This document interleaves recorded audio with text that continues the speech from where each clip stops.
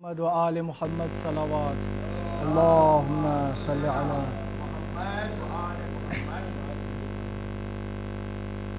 ام لیلا سنبھال زینب کو ام لیلا سنبھال زینب کو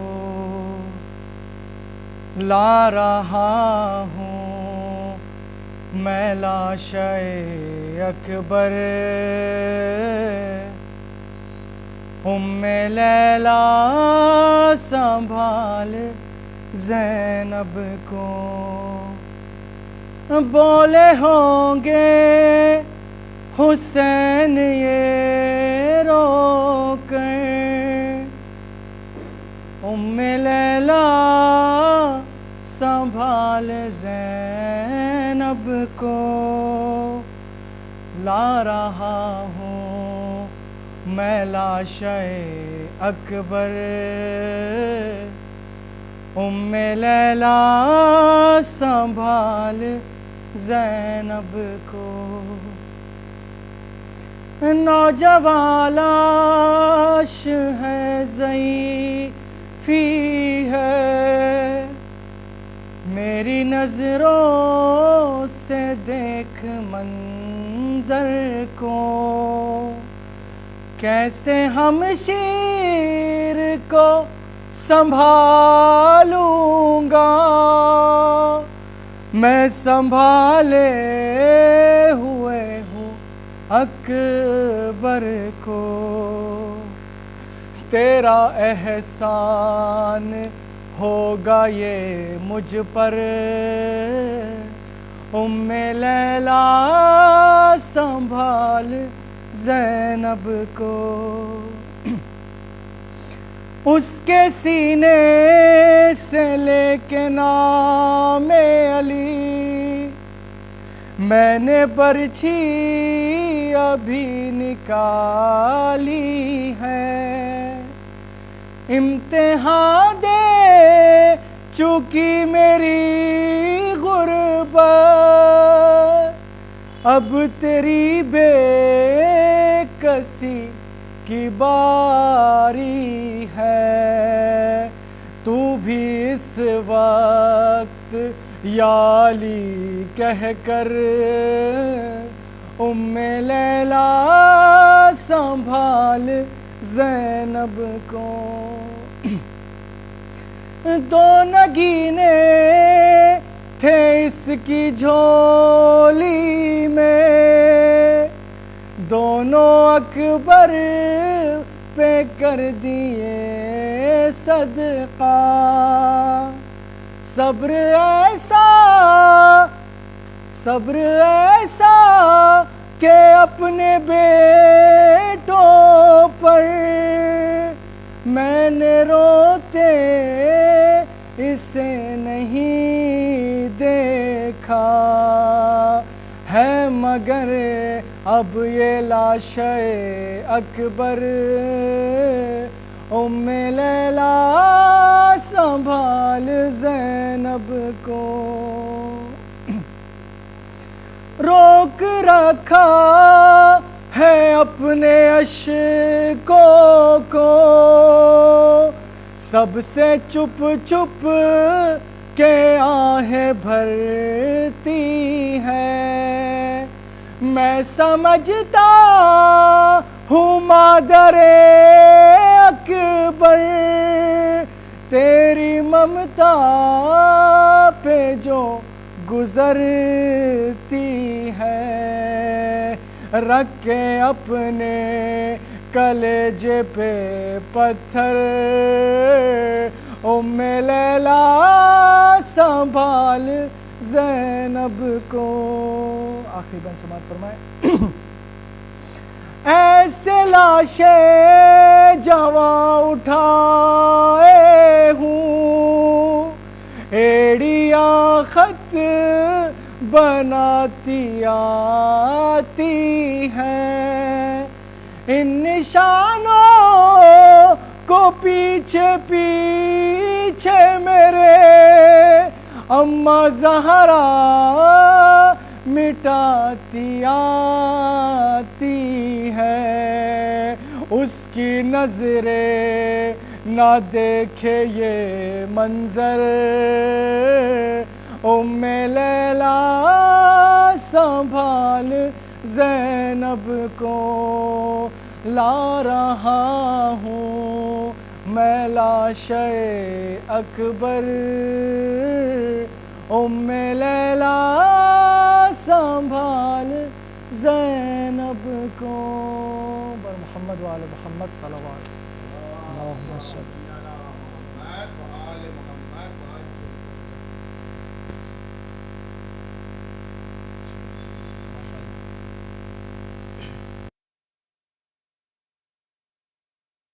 بر محمد و آل محمد بآواز بلند صلوات۔ اللہم صلی علی محمد و آل محمد وعجل فرجہم۔ گھڑی الجوا کی لاش اٹھانے چلے گئے غم، سیدھی ہوئے کمر تجھے عباس کی قسم، گھڑی الجوا کی لاش اٹھانے چلے گئے غم، سیدھی ہوئے کمر تجھے عباس کی قسم، ارے یہ امتحان ضعیفی میں مجھ کو نبھانا ہے، اکبر کو لے کے خیمہ زینب میں جانا ہے، رستے میں لڑکھڑائے نا شبیر کے قدم، سیدھی ہوئے کمر تجھے عباس کی قسم، کڑی الجوا کی لاش اٹھانے چلے گئے غم، سیدھی ہوئے کمر تجھے عباس کی قسم، ہر لاشا ہے اس قدر کے لرزتے ہیں میرے ہاتھ، ہے لاشا ہے یہ رسول کا اکبر کے ساتھ ساتھ، دو لاشیں ایک ساتھ اٹھائیں گے کیسے غم، سیدھی ہوئے کمر تجھے عباس کی قسم، کڑی الجوا کی لاش اٹھانے چلے گئے غم، سیدھی ہوئے کمر تجھے عباس کی قسم، ہر سینے میں کہہ کے توڑی ہے ظالم نے یہ سنا، ہے اب دیکھنا حسین کی نکلے گی کیسے جان، ظالم کو یہ بتانا ہے ابن علی ہے غم، سیدھی ہوئے کمر تجھے عباس کی قسم، کڑی الجوا کی لاش اٹھانے چلے گئے غم، سیدھی ہوئے کمر تجھے عباس کی قسم، ہے اماں کے ساتھ مل کے سنا میں نے کھینچ لی، ہے ہاتھوں میں اب ہمارے وہ طاقت نہیں رہی، عباس کیا گئے میرے بازو ہوئے قلم، سیدھی ہوئے کمر تجھے عباس کی قسم کھڑی الجوا کی لاش اٹھانے چلے گئے غم سیدھی ہوئے کمر تجھے عباس کی قسم ہر اس حال میں کہیں مجھے زہرا نہ دیکھ لے ہے میری کمر جھکی ہوئی بابا نہ دیکھ لے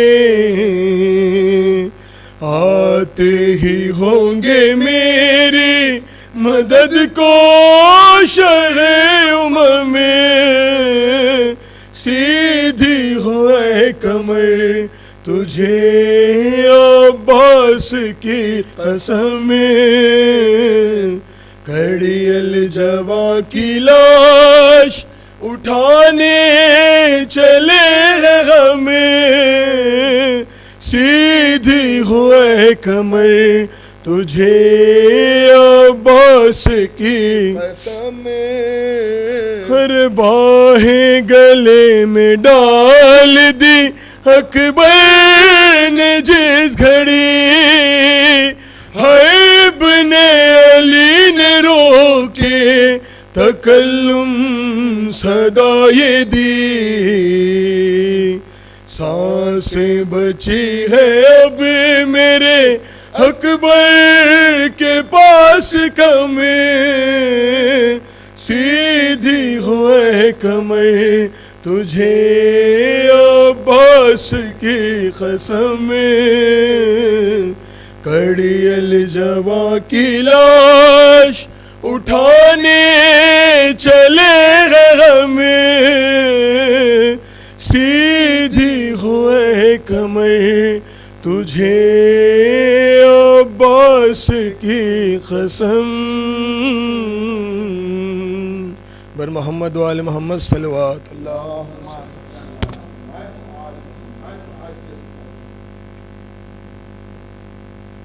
محمد و آل محمد بآواز بلند صلوات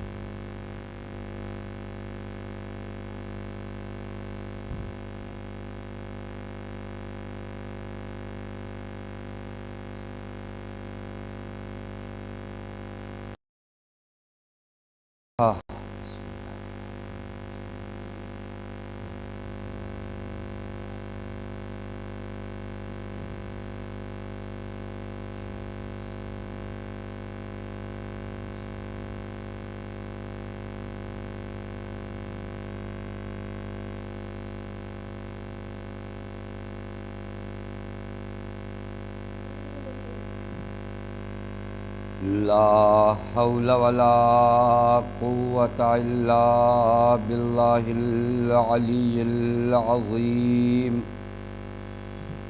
أعوذ بالله من الشيطان اللعين الرجيم بسم الله الرحمن الرحيم الحمد لله الذي علا في توحده ودنا في تفرده وجلى في شانه وعظم في أركانه وقهر جميع الخلق بقدرته وبرهانه والصلاة والسلام على أشرف الأنبياء والمرسلين حبيب إله العالمين مولا ومولى الثقلين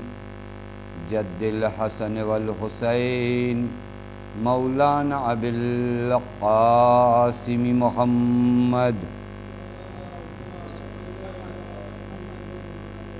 وعلى اہل بیتہ الطیبین الطاہرین المعصومین المظلومین المنتجبین لا سیما بقیت اللہ فی الارضین واللعنۃ الدائمۃ الباقیۃ العاجلہ علی اعدائہم ومنکری فضائلہم وغاصبی حقوقہم ومخربی شریعتہم اجمعین من الآن لا یوم الدین اما بعد فقد قال اللہ الحکیم فی محکم کتابہ بسم اللہ الرحمن الرحیم یا ایہا الذین آمنوا من یرتد من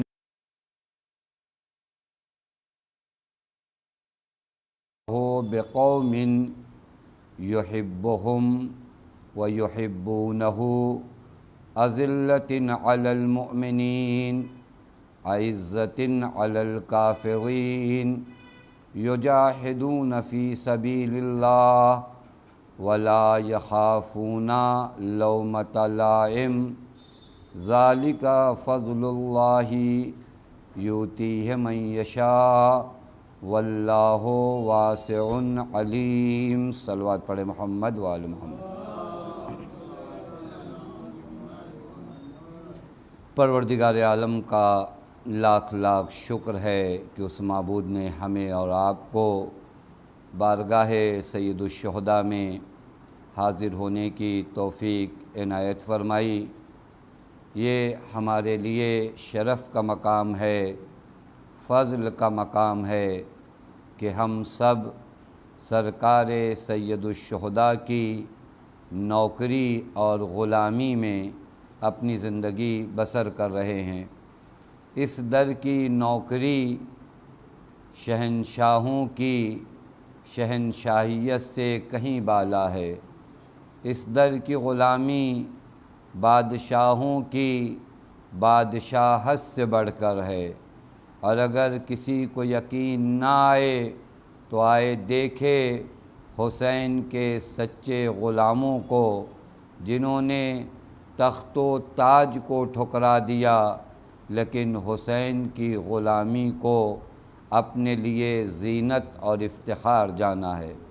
میرے دوستو اور عزیزو، یہ غلامی، یہ نوکری جو ہم سب کو عطا ہوئی ہے، ہم اس نعمت کی قدر جانیں۔ دیکھیں، بعض اوقات نعمتوں کی جب قدر نہیں ہوتی ہے تو اللہ تعالیٰ ان نعمتوں کو واپس لے لیتا ہے، سلب کر لیتا ہے۔ لیکن اگر آپ نعمتوں کی قدر کیجئے تو قرآن کہتا ہے نعمتوں کی قدر کیا معلوم ہے؟ نعمتوں کی قدر یعنی نعمتوں کا شکر۔ جتنا آپ نعمت کا شکر کریں گے، قرآن ایک فارمولہ بتاتا ہے، لَإِن شَكَرْتُمْ لَأَزِيدَنَّكُمْ، تم شکر بڑھاؤ ہم نعمت بڑھائیں گے۔ محبت حسین سے بڑی نعمت کائنات میں کوئی نہیں ہے۔ اس محبت حسین کی نعمت کا شکر کیا ہے کہ ہم اس راستے پر چلیں جو ہمارے مولا نے ہمارے لیے طے کیا ہے۔ جتنا تم اس راستے پہ چلو گے جو آپ کے مولا نے آپ کے لیے طے کیا ہے، اللہ تعالیٰ محبت حسین آپ کے دلوں میں بڑھاتا چلا جائے گا۔ اور اسی وجہ سے اس عشرہ مجالس کا عنوان عصر غیبت میں ہماری ذمہ داریاں ہیں، تاکہ ہم سمجھ سکیں ہمیں یوں تو نہیں خلق کیا گیا ہے، ہم عبث اور بیکار تو اس دنیا میں نہیں آئے ہیں۔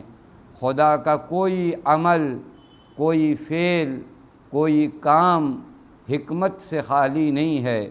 اگر خدا نے اپنی حجت کو پردہ غیب میں رکھا ہے تو حکمت اور فلسفہ ہے، اور اس دور غیبت میں ہمارے پاس خاموشی نہیں ہونی چاہیے۔ دیکھیے، انتظار دعوے کا نام نہیں ہے، انتظار عمل کا نام ہے۔ تو جو فرما رہے ہیں، یعنی انتظار میں آپ کو ایکٹیو ہونا پڑے گا، آپ کو کچھ کر دکھانا ہوگا، اور وہی جو آپ کریں گے وہی آپ کی ذمہ داری ہے عصر غیبت میں۔ گزشتہ مجلس میں جو آپ کی خدمت میں ایک اہم ذمہ داری بیان کیا وہ خلوص اور اخلاص ہے، یعنی اپنے وجود کو، اپنے آپ کو غیر خدا سے پاک کر لینا۔ یہی انسان کی معراج ہے، یہی کیا ہے؟ انسان کی معراج اور بلندی ہے۔ اور ایسا نہیں ہے، یہ ہمارے ہاتھ کی طرح نہیں ہے۔ یاد رکھیے گا، میرا ہاتھ اگر نجس ہو جائے، پانی سے دھو لوں پاک ہو جاتا ہے۔ اب کئی مرتبہ دھوؤں تو زیادہ پاک نہیں ہوتا، جتنا ہونا تھا ہو گیا۔ وہ اور بات ہے کہ بعضوں کو وسوسہ، اور یہ بھی ایک بیماری ہے، یاد رکھیے گا۔ اگر دین نے بتایا کہ یہ کپڑا آپ کا ایک مرتبہ دھونے سے پاک ہو جاتا ہے، تو وہاں پر آپ کہ نہیں میرا دل نہیں مانتا، تو معلوم ہوا کہ آپ کا دل نہیں، شیطان کا دل نہیں مان رہا ہے۔ شیطان کا ایک کام وسوسہ ہے، میں عرض کروں۔ اور اگر اس کام میں روایت ہے، میں نے عرض کیا تھا کل بھی، جو باتیں پیش کرتا ہوں روایت کے پس منظر میں پیش کرتا ہوں۔ بسا اوقات وقت نہیں ہوتا کہ روایت پڑھوں، لیکن جو بھی باتیں آپ کی خدمت میں عرض کرتا ہوں میرے پاس روایت موجود ہے۔ روایت میں ہے کہ شیطان کی بات جتنی مانو گے اتنا منوائے گا۔ اگر آپ کو ایک مرتبہ میں یہ کپڑا آپ کا پاک ہو جاتا ہے، آپ کا دل نہیں مانتا، یہ وسوسہ ہے۔ اب اگر اس عمل کو آپ نے کنٹینیو کیا تو شیطان آپ پر دھیرے دھیرے حاوی ہوتا جا رہا ہے۔ میں ایک جگہ سے گزرا، کہیں پر میرا بدن ٹچ ہوا، مجھے دین نے بتایا کہ جب تک یقین نہ ہو وہ پاک ہے، اب آپ کو نہیں پھر بھی جو ہے نجس ہے۔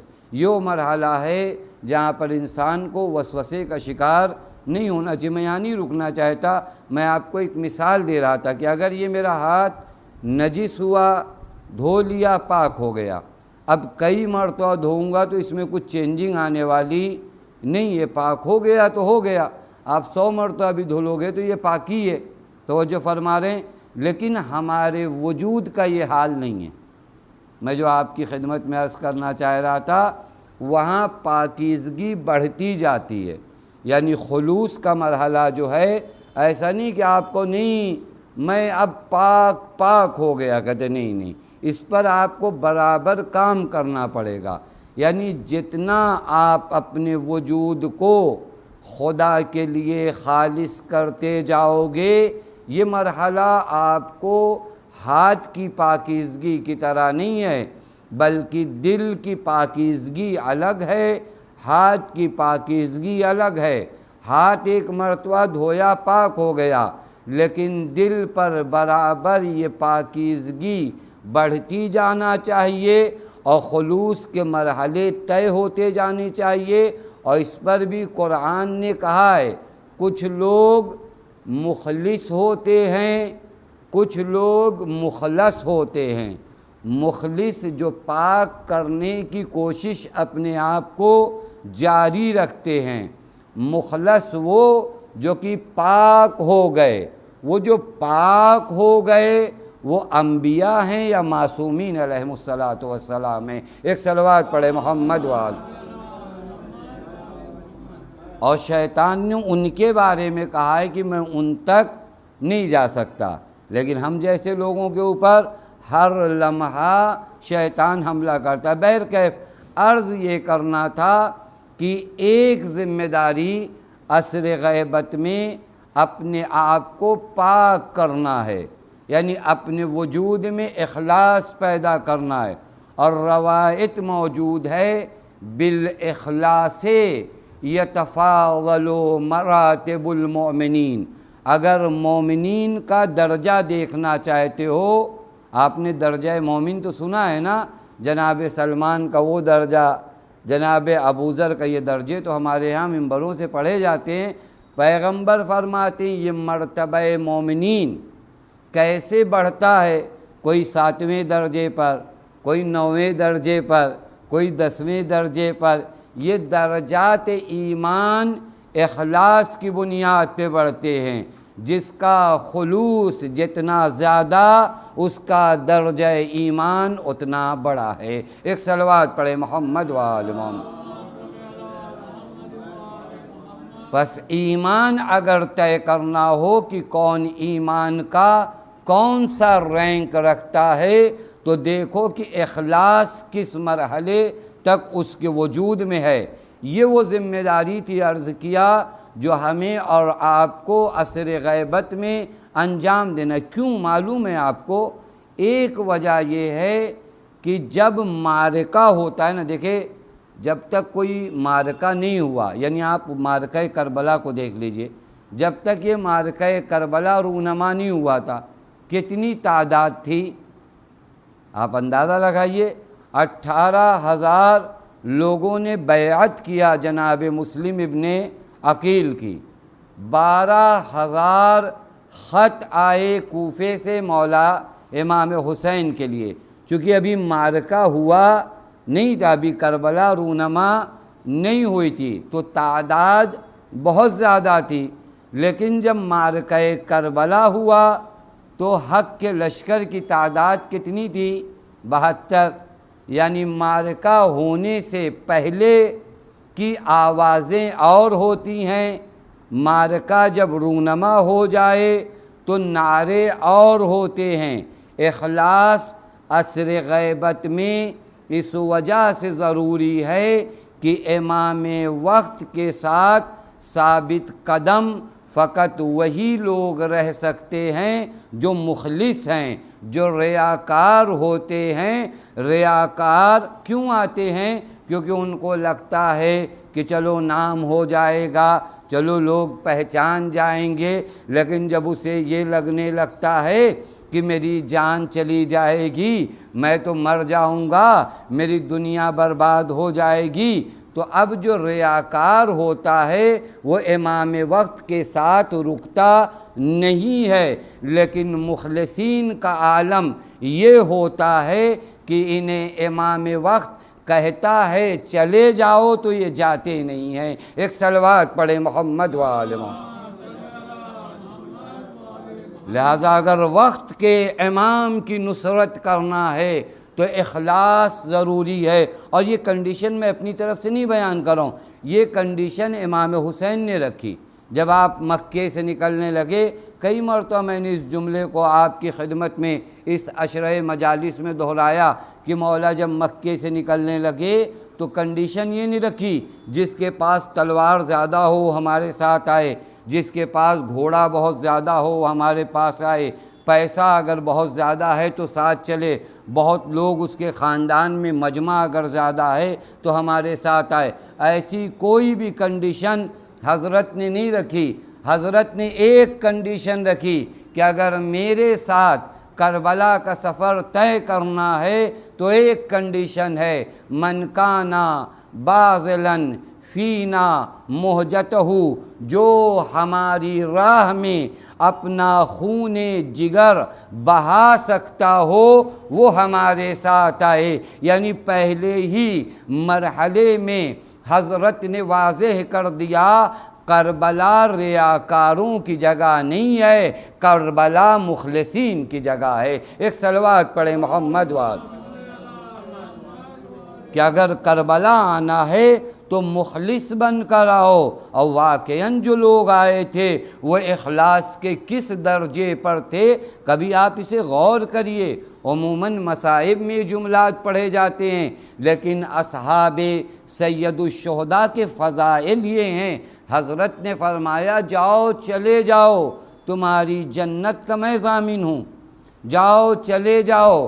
اگر شرم آتی ہے تو ہمارے گھرانے کے کسی فرد کو لے جاؤ، اور تم رہو چاہے نہ رہو، یہ لوگ میرا خون بہا دیں گے۔ یعنی ساری چیزیں حضرت نے واضح کر دی، جنت ملے گی، اب حضرت نے جھوٹا وعدہ تو نہیں کیا نا، اگر مولا فرما دیں کہ جنت ملے گی تو طے ہے کہ ملے گی، لیکن اس کے باوجود اصحاب سید الشہداء میں سے کسی کا نہ جانا اس بات پر دلیل ہے کہ یہ لوگ نہ جنت کی لالچ میں آئے تھے نہ جہنم کے خوف سے آئے تھے، یہ اخلاص کے ساتھ آئے تھے۔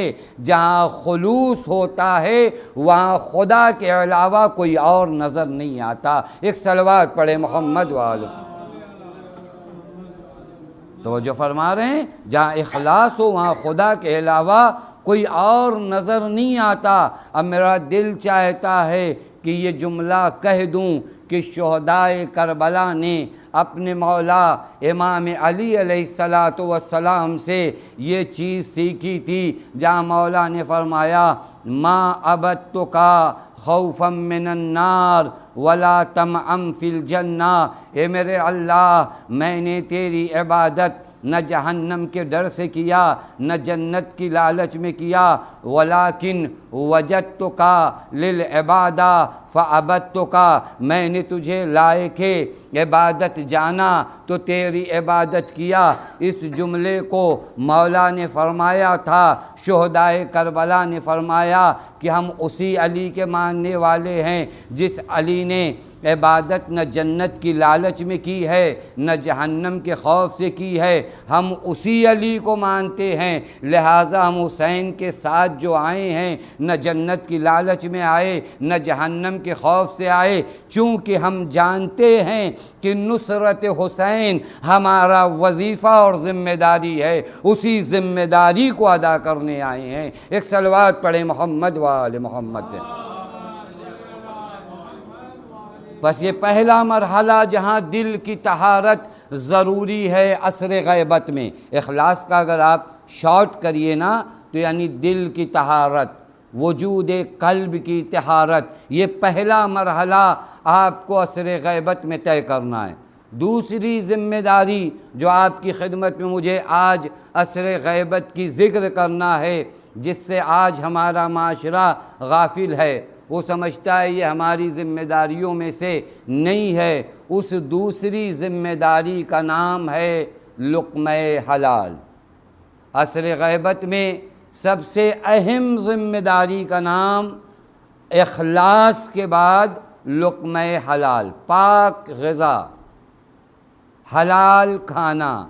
توجہ فرمائیں، میں اپنی جانب سے نہیں کہوں، ابھی حدیث آپ کی خدمت میں پیش کروں گا۔ یہ عصر غیبت کی آپ کی ذمہ داری ہے، لقمہ حلال۔ اے میرے دوستو، اے میرے جوانوں، اے میرے بھائیوں جو ہماری آواز کو ہر جگہ بیٹھ کر سن رہے ہیں، جان لو اگر وقت کے امام کی نصرت کا جذبہ تمہارے وجود میں موجزن ہے تو اگر تم نے اپنی غذا اور اپنے کھانے کی جانب دھیان نہیں دیا تو کل یہی لقمہ حرام تمہارے پیروں کی زنجیر بن جائے گا اور تم وقت کے امام کی نصرت نہیں کر پاؤ گے۔ یہ لقمہ حلال بہت اہم مرحلہ ہے۔ میں بھی روایت آپ کی خدمت میں پیش کروں گا، پیغمبر اکرم صلی اللہ علیہ وآلہ وسلم ارشاد فرماتے ہیں، دو چیزیں زمان آخر میں بڑی سخت ہیں۔ بعض چیزیں ہوتی ہیں، بعض حالات ہوتے ہیں، کہتے ہیں یہ چیز ملنا آج کل مشکل ہے، توجہ فرما رہے ہیں، کہتے ہیں یہ چیز آج کل نہیں مل رہی ہے۔ پیغمبر فرماتے ہیں زمان آخر میں دو چیزیں بڑی مشکل سے ملیں گی۔ کتنی چیزیں؟ دو چیزیں آخری زمانے میں بہت مشکل سے ملیں گی۔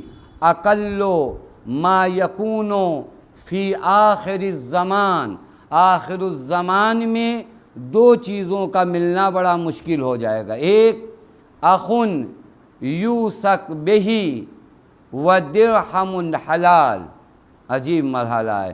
پیغمبر فرماتے ہیں دو چیزوں کا ملنا آخر الزمان میں بڑا مشکل ہے۔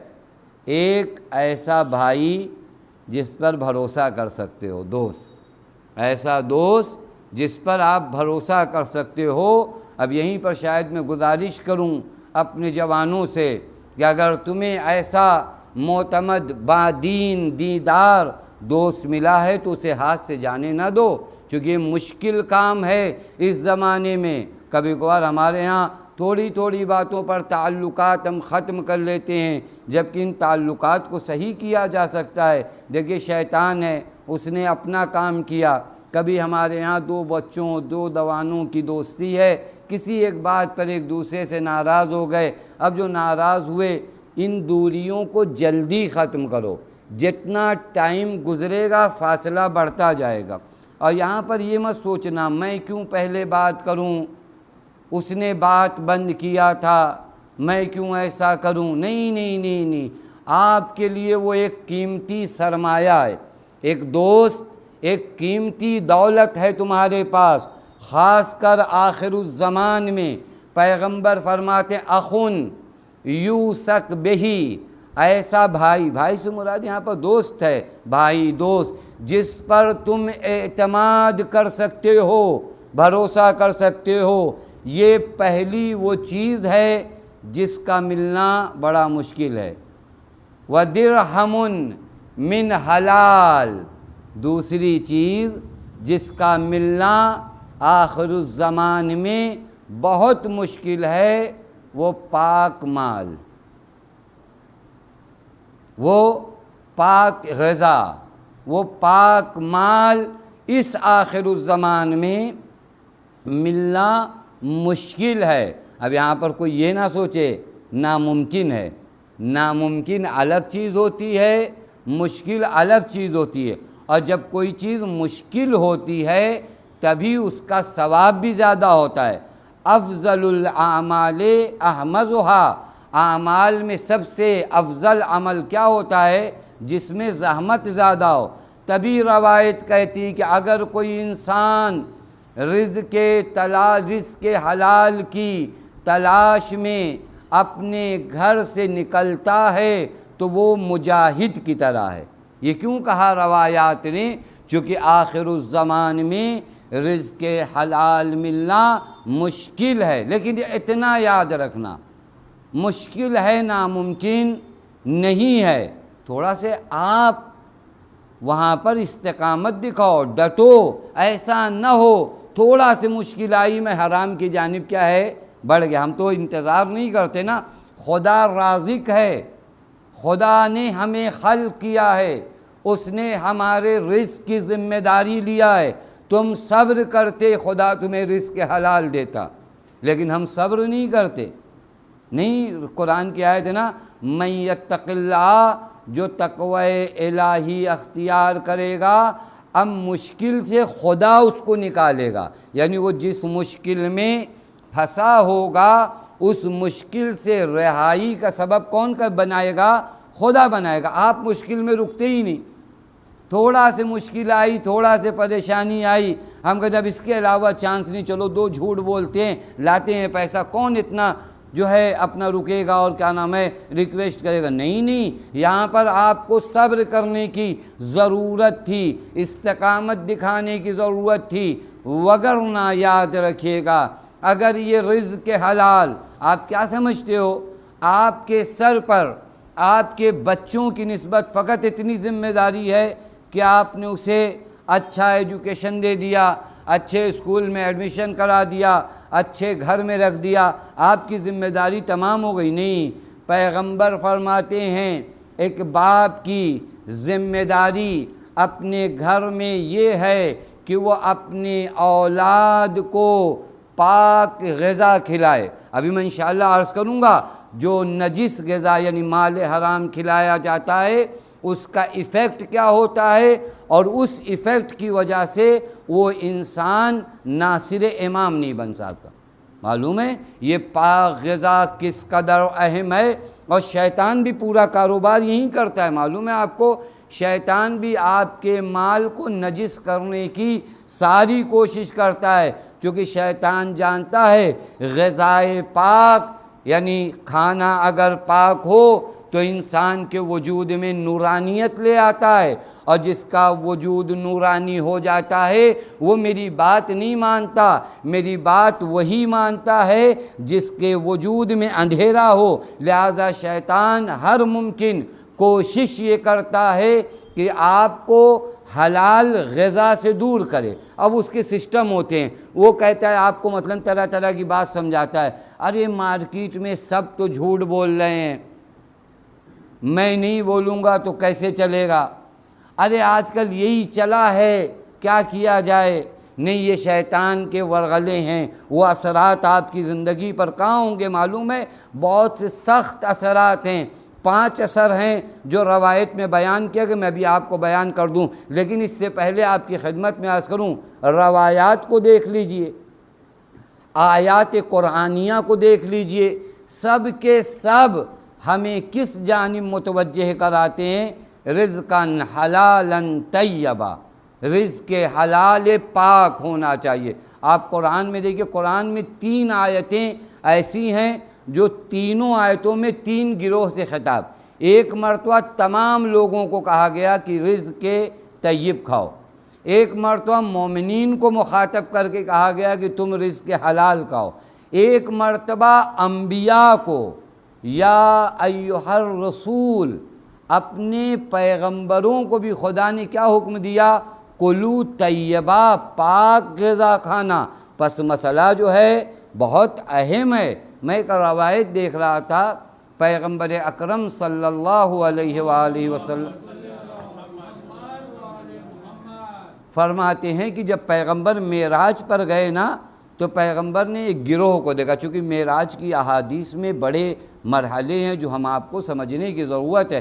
پیغمبر فرماتے جب میں معراج پر گیا تو میں نے دیکھا کہ ایک گروہ ہے انسانوں کا جن کے سامنے اچھا گوشت یعنی پاک گوشت رکھا ہوا تھا، اور ایک طرف گوشت رکھا ہوا تھا کون سا؟ پاک اور نجس مکس۔ میں نے دیکھا کہ یہ گروہ وہ پاک گوشت چھوڑ کر وہ نجس اور حلال جو مکس تھا اس کو کھا رہا تھا۔ پیغمبر نے جناب جبرائیل سے دریافت کیا یہ کیا ہے؟ کہا یا رسول اللہ یہ وہ لوگ ہیں جو دنیا میں رزق حلال چھوڑ کر رزق حرام کی جانب بڑھتے تھے۔ یہ کون لوگ ہیں جو رزق حلال چھوڑ کر رزق حرام کی جانب جاتے تھے؟ تو یہاں پر بھی ان کی غذا یہ مخلوط اور مکس ہے۔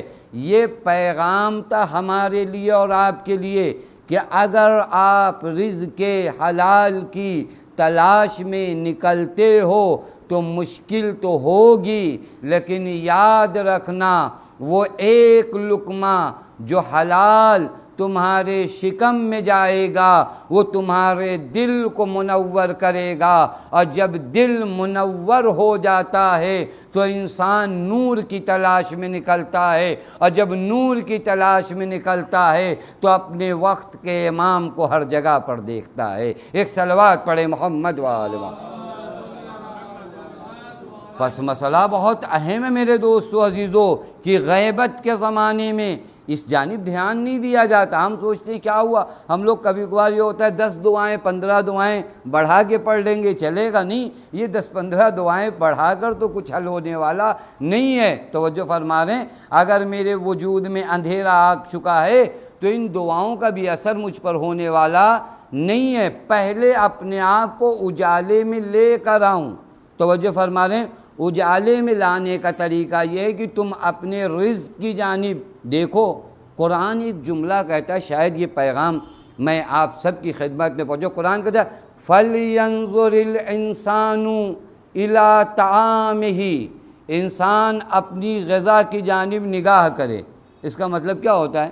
یعنی جب ہم دسترخوان پہ بیٹھیں تو دیکھیں کہ کیا بنا ہے۔ یہ قرآن کہنا چاہ رہا ہے فَلْيَنظُرِ الْإِنسَانُ إِلَىٰ طَعَامِهِ، انسان اپنے کھانے کی جانب دیکھے۔ دیکھنے کا مطلب یہ ہے کہ جب دسترخوان پر بیٹھو تو سب سے پہلی چیز جو تمہارے دماغ میں آنی چاہیے، یہ غذا جو میرے سامنے رکھی ہے یہ رزق حلال طیب ہے یا رزق حلال طیب نہیں ہے۔ توجہ فرما رہے ہیں، ایک واقعہ لوگ نقل کرتے ہیں کہ ایک صاحب مدرسے سے پڑھ کر گئے ہوتا ہے۔ شروع میں جب آدمی مدرسے سے پڑھ کر جاتا ہے تو والد نے ان کے سوال کیا، بیٹا آپ مدرسے سے پڑھ کر آئے ہو، اچھا یہ بتاؤ کھانے کے آداب کیا کیا ہیں، یعنی کھانے کے آداب کیا کیا ہیں؟ اب انہوں نے کہا کہ کھانا کا ادب یہ ہے کہ پہلے ہاتھ دھو لو، پھر بسم اللہ کہو، چھوٹا چھوٹا لقمہ کھاؤ، چبا کے کھاؤ، دوسرے کے لقمے کی جانب نگاہ مت کرو۔ انہوں نے سارے آداب کھانے کے بتائے۔ اس والد نے کہا میرے لال، کھانے کا سب سے بڑا ادب یہ ہے کہ یہ دیکھو یہ کھانا حلال ہے یا حرام ہے۔ توجہ فرما رہے ہیں، یعنی یہ تمام چیزیں ہیں، لیکن سب سے بڑا ادب جو دسترخوان کا ہے وہ یہ کہ میری پوری کوشش ہو کہ یہ کھانا جو میں اپنے گھر تک لا رہا ہوں یہ پاک ہے یا پاک نہیں ہے۔ ہم سلام کریں ان ماں باپ کو جو اپنی اولاد کے لیے تڑپتے ہیں۔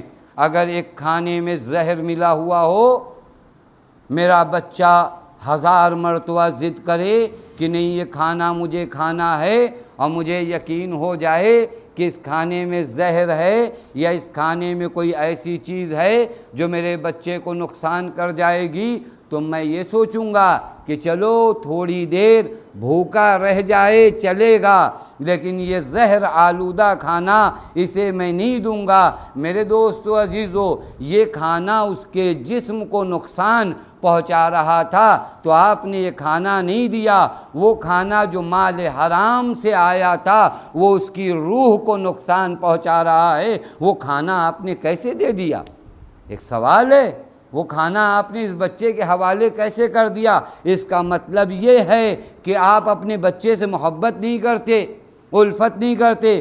چونکہ اگر توجہ فرمائیے گا، اگر یہ جو کھانا کھا رہا ہے حرام کا، اس کھانے سے اس کا جسم ہو سکتا ہے اچھا ہو جائے، لیکن کہاں مشکل پیش آئے گی؟ روح میں مشکل پیش آئے گی، دل میں مشکل پیش آئے گی۔ اور اگر دل میں مشکل پیش آ جائے، روح میں مشکل پیش آ جائے، تو اس کا اثر کیا ہوتا ہے؟ پھر وہ وقت کے امام کی آواز نہیں سن پاتا، پھر وہ وقت کے امام کے۔ اور ہم سب الحمدللہ یہ جذبہ رکھتے ہیں اپنے لیے بھی، اپنی اولاد کے لیے بھی، کہ وَجْعَلْنَا مِنْ أَعْوَانِهِ وَأَنْصَارِهِ۔ ہم واضح لفظوں میں کہتے ہیں اے میرے اللہ ہمیں حضرت کے آوان اور انصار میں قرار دے۔ اپنے لیے بھی دعا کرتے ہیں، اپنی اولاد کے لیے بھی دعا کرتے ہیں۔ تو سوال یہ ہے، جسے انصار مہدی میں قرار دینا ہے اس کی غذا کی جانب کیوں دھیان نہیں؟ میں ایک روایت آپ کی خدمت میں پڑھوں، شاید یہ روایت خدیہ ہو، جہاں پر پیغمبر نے غذائے حرام کے 5 اثرات بتائے ہیں، اور یہ سب کے سب امام زمان کی نصرت میں ضروری تھے۔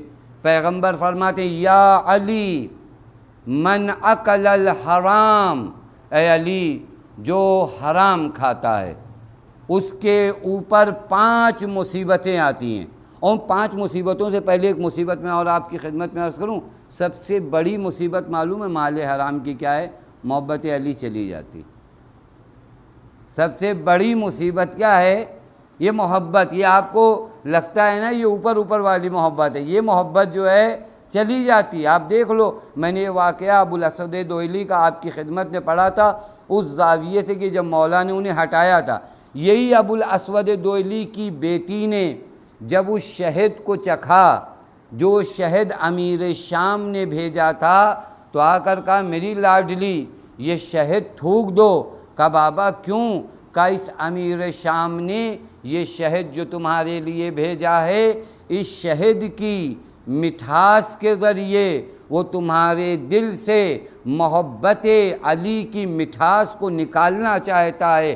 بچی نے تھوک دیا، اور پھر ابو الاسود دوئلی نے ایک تاریخی جملہ کہا میری بچی جب تم اس دنیا میں نہیں آئی تھی تب سے مجھے تمہاری فکر تھی۔ مطلب سمجھ رہے ہیں؟ یعنی ابھی تمہارا نطفہ منعقد نہیں ہوا تھا، وہاں سے میں نے سوچا تھا کہ میری اولاد کی غذا پاک ہونی چاہیے۔ ایک صلوات پڑھے محمد و آل محمد۔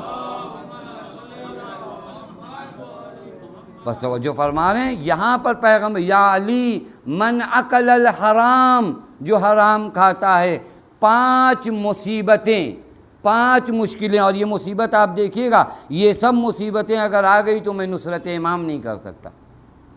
پہلی مصیبت مال حرام کی کیا ہے معلوم ہے؟ ماتا قلبہ، میں روایت پڑھ رہا ہوں آپ کی خدمت میں، یا علی من اکل الحرام، اے علی جو حرام کھاتا ہے، ماتا قلبہ، اس کا دل مردہ ہو جاتا ہے۔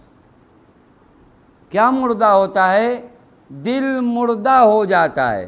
اب آپ مجھے انصاف سے بتاؤ، مردہ دل میں امام زمان ہوتے ہیں یا شیطان ہوتا ہے؟ مردہ دل میں امام زمان کی جگہ نہیں ہے، مردہ دل شیطان کی جگہ ہے۔ دل اگر موت ہو جائے، دل مر جائے، دل مر جائے، بات ختم ہو گئی۔ مردہ دلوں کی کوئی ویلیو ہوتی ہے؟ آپ مجھے انصاف سے بتاؤ۔ دل مر جائے تو قرآن آپ کو انسان نہیں مانتا۔ قلوب لا یفقہون بہا، وہ دل جو سمجھتے نہیں ہیں، ان کے بارے میں قرآن کیا کہتا ہے؟ اولئک کالانعام بل ہم اضل، یہ انعام ہے، جانور ہیں، بلکہ اس سے بھی بدتر ہیں۔ پس دل کا مرنا، یاد رکھیے گا، دل کا مرنا یعنی آپ کی حس ختم ہو جائے گی۔ اب آپ کو کوئی فرق نہیں پڑتا، مردہ دلوں کو فرق نہیں پڑتا کہ حسین ابن علی مدینے سے نکل رہے ہیں، ان کو کیا فرق پڑتا ہے حسین نکلیں یا رہیں، یہ تو اپنی دنیا میں مشغول ہیں۔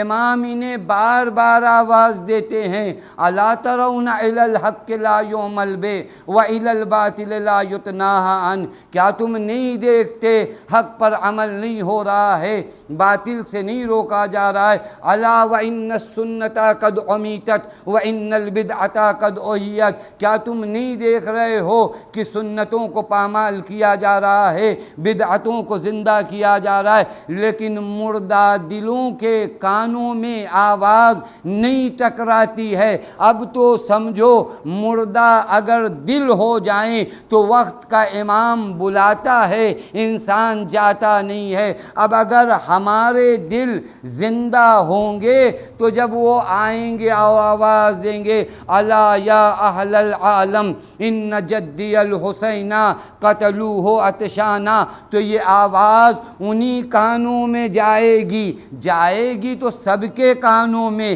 لیکن اثر وہی دکھائیں گے جن کا دل زندہ ہو۔ اب سمجھ میں آیا یہ مال حرام کیا کرتا ہے؟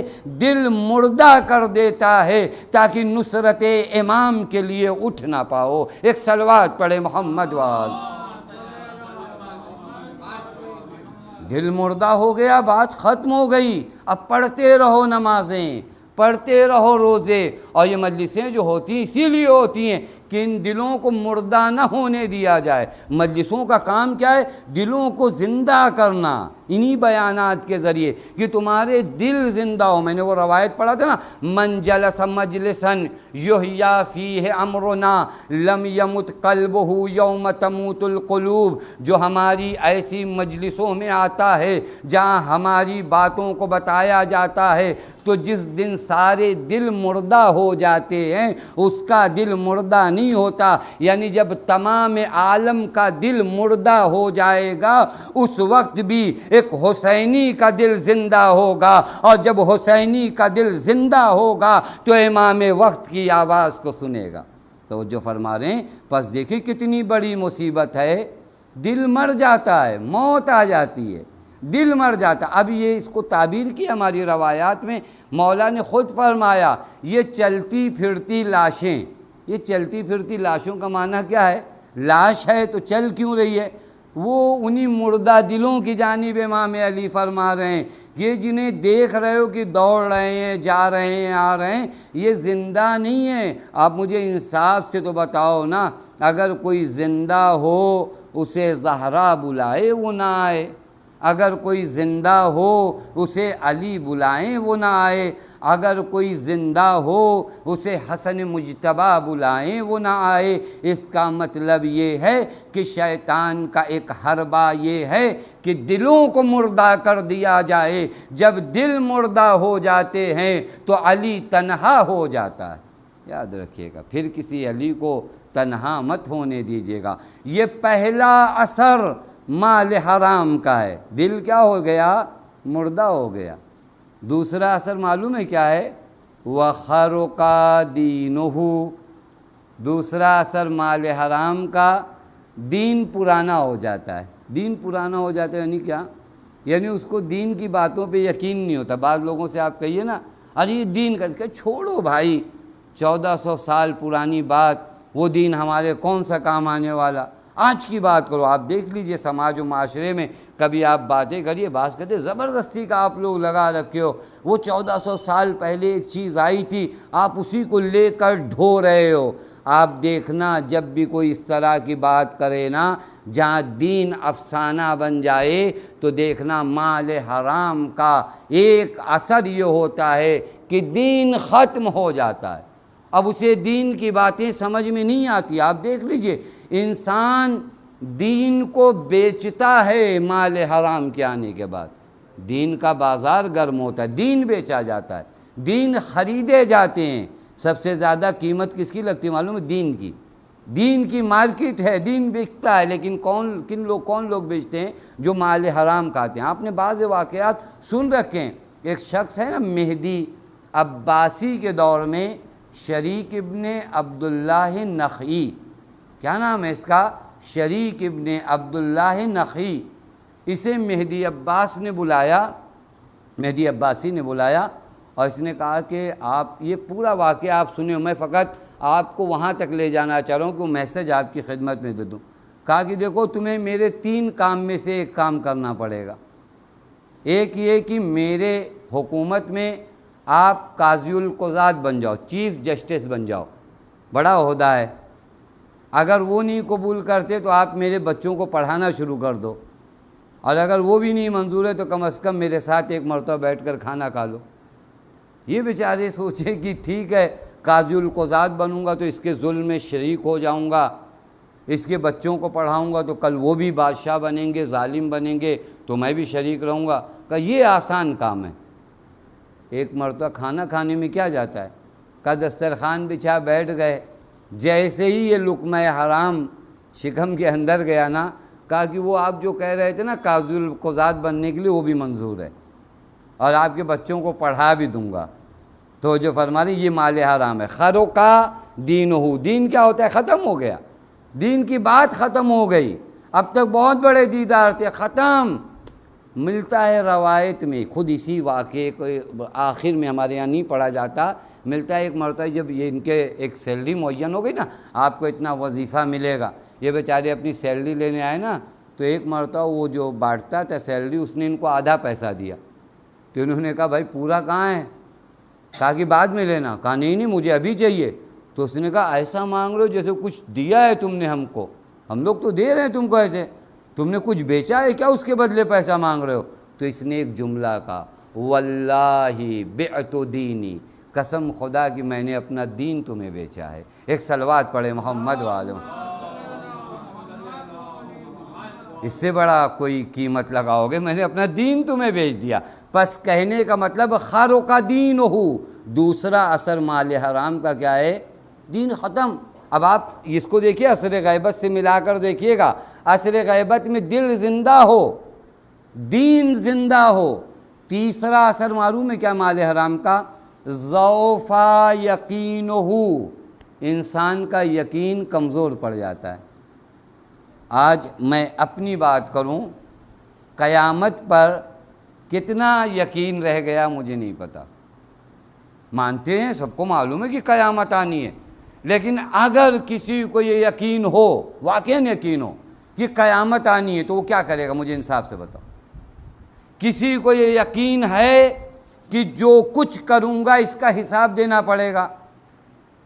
سب یہ بات دہرائی جاتی، دیکھیں میں تکلف کرنے کا عادی ہوں، دہراتا میں بھی ہوں، آپ بھی ہوں، لیکن کتنا، چونکہ اگر یقین ہونا، مجھے اگر یقین ہو جائے کہ میں اس مسجد کے باہر نکلوں گا تو بارش ہوگی، یہ یقین اگر ہو جائے تو میں کیا کروں گا؟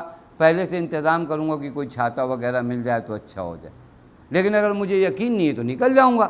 اگر کسی کو یہ یقین ہے کہ جو بھی انجام دے رہا ہوں اس کا جواب دینا ہے، تو پھر اس کے بعد ہمارے اعمال کیسے ہیں؟ اعمال تو بتاتے ہیں یقین نہیں۔ جس کو یقین آ گیا، میں نے روایت دیکھا کہ ایک اعرابی شخص آتا ہے پیغمبر کے حضور میں، کہتا ہے یا رسول اللہ قرآن کی تعلیم دے دیجئے۔ پیغمبر نے اپنے ایک صحابی سے کہا کہ اس کو تھوڑا قرآن پڑھاؤ۔ وہ لے گیا سورہ زلزال جو ہے پڑھانا شروع کیا. اس آیت پہ جب پہنچا نا فَمَن يَعْمَلْ مِثْقَالَ ذَرَّةٍ خَيْرًا يَرَهُ وَمَن يَعْمَلْ مِثْقَالَ ذَرَّةٍ شَرًّا يَرَهُ. اس نے کہا بہت ہو گیا. کہا رے اور آگے تو پڑھو. کہا نہیں بس اتنا ہو گیا. پیغمبر کے پاس یہ صاحب آئے. پیغمبر نے کہا کیا ہوا اتنی جلدی ختم ہو گیا؟ کہا یا رسول اللہ آج ایسا اسٹوڈنٹ آیا تھا کہ بڑا کم حوصلہ تھا. اس نے کہا بس یہی آیت بہت ہو گئی. پیغمبر نے کہا دعوہ فإنہ رجع فقیہا.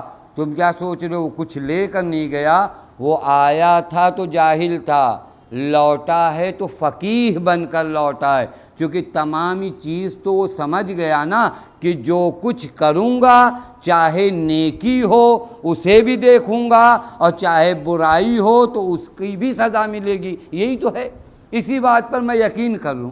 دیکھیں اگر اسی ایک بات پر مجھے یقین آ جائے کہ میں جو کر رہا ہوں تو پھر میں کسی سے ڈیمانڈ نہیں رکھوں گا. مجھے معلوم ہے کہ آپ مجھے برا کر رہے ہیں، آپ دیکھیں.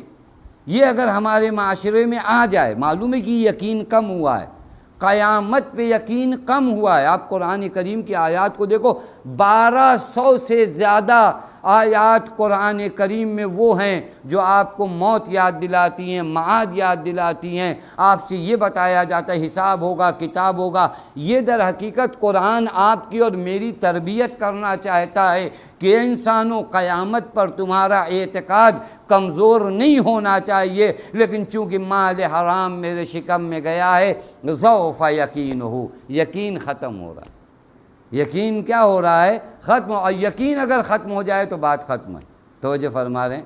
آج ہم میں سے کس کو یقین ہے کہ ماں باپ کے ساتھ اگر رہوں گا تو میں بہت بڑے مقام پر جاؤں گا؟ اگر یہ یقین ہوتا تو ہمارے سماج میں ماں باپ کیوں مظلوم ہوتے؟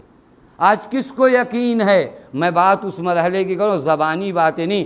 کس کو یقین ہے کہ اگر میں اپنے رشتہ داروں کے ساتھ اچھے سے پیش آؤں گا تو میری عمر بڑھے گی؟ اگر ایسا ہے، یقین ہے، تو پھر کیوں نہیں ہم اپنے رشتہ داروں سے بات چیت کرتے؟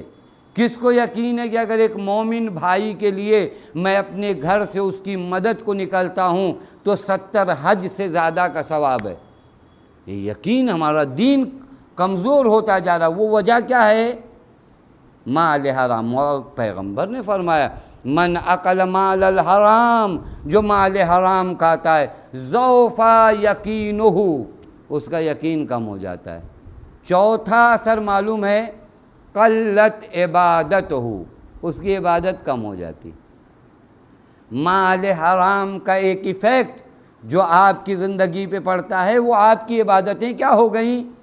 کم ہو گئیں. یہ عبادتیں آٹومیٹک کم ہو گئی. ایک زمانے تک میں زیارت عاشورہ پڑھتا تھا، ایک زمانے تک میں نوافل پڑھتا تھا. اب پتہ چلا یومیہ نماز بھی جو ہے آخری ٹائم پڑھتا ہوں کہ پتہ نہیں ادھر گئی کہ ادھر گئی. 90 منٹ میں جو آخری گول ہے وہاں پڑھتا ہوں کہ پتہ نہیں وقت میں تھی یا وقت کے باہر نکل گئی. یہ کہاں سے ہوا؟ مال حرام نے مجھے پہنچایا ہے.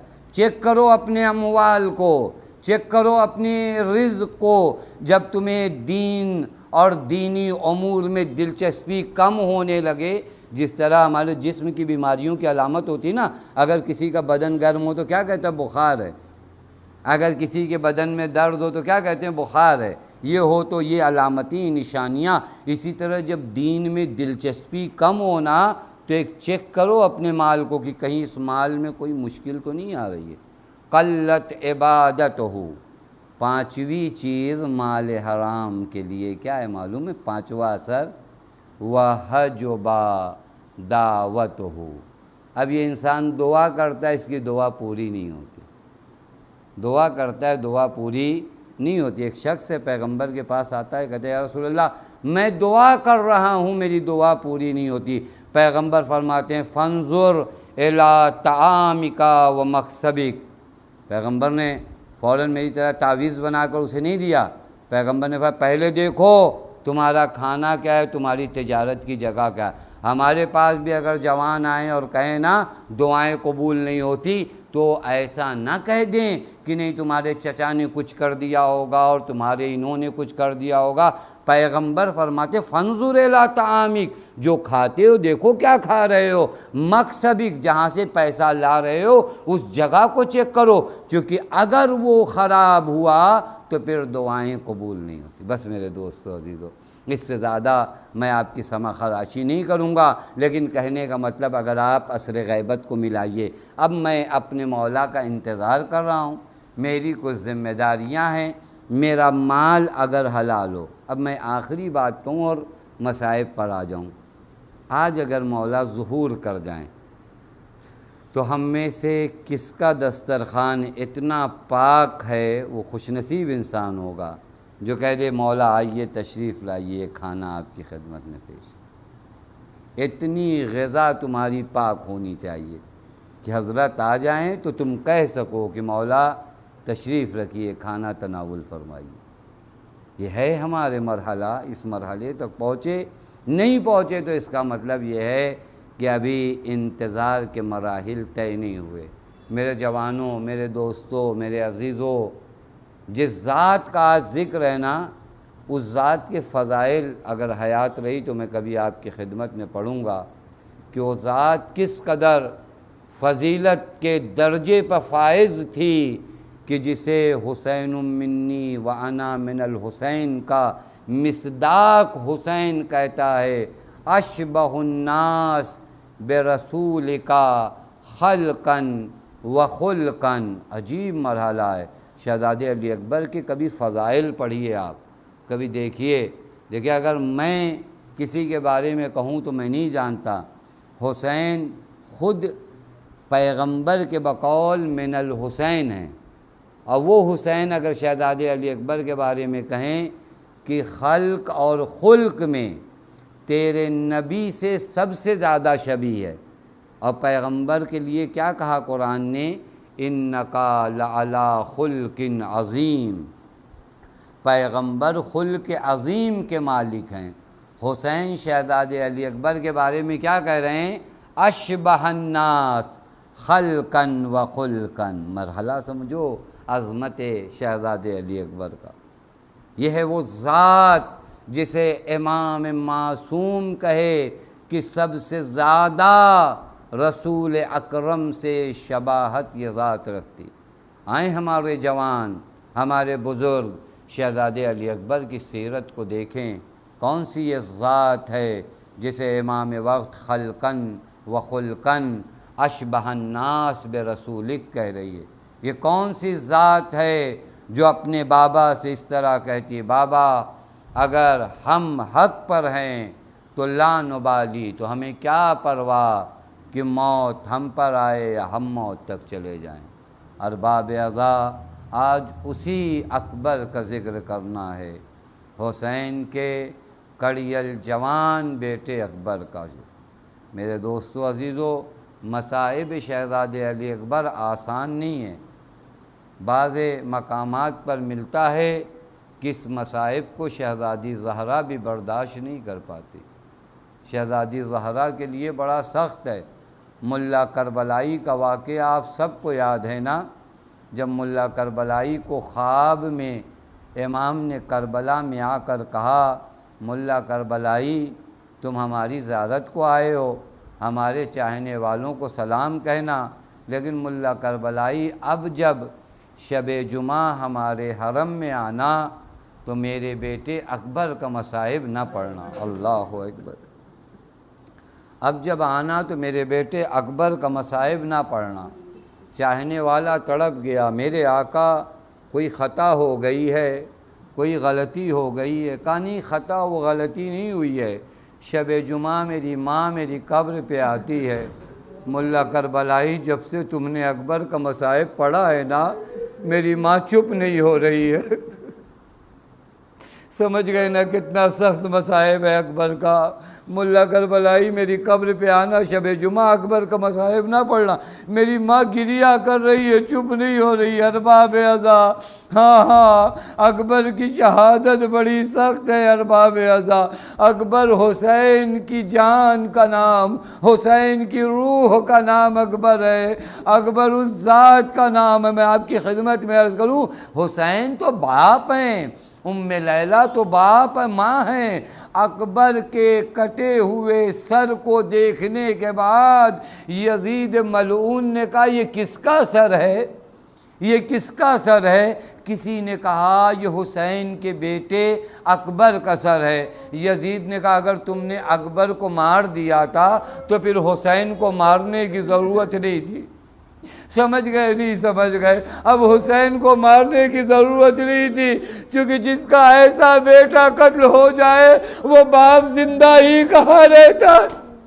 اجرکم اللہ، ہر باب ازا قیامت کا منظر ہے جب بیٹا سر کو جھکائے باپ کی خدمت میں آتا ہے، بابا مرنے کی اجازت چاہتا ہوں، میرے لال جاؤ پہلے پھوپھی سے ملاقات کر لو، پھوپھی کی خدمت میں آؤ۔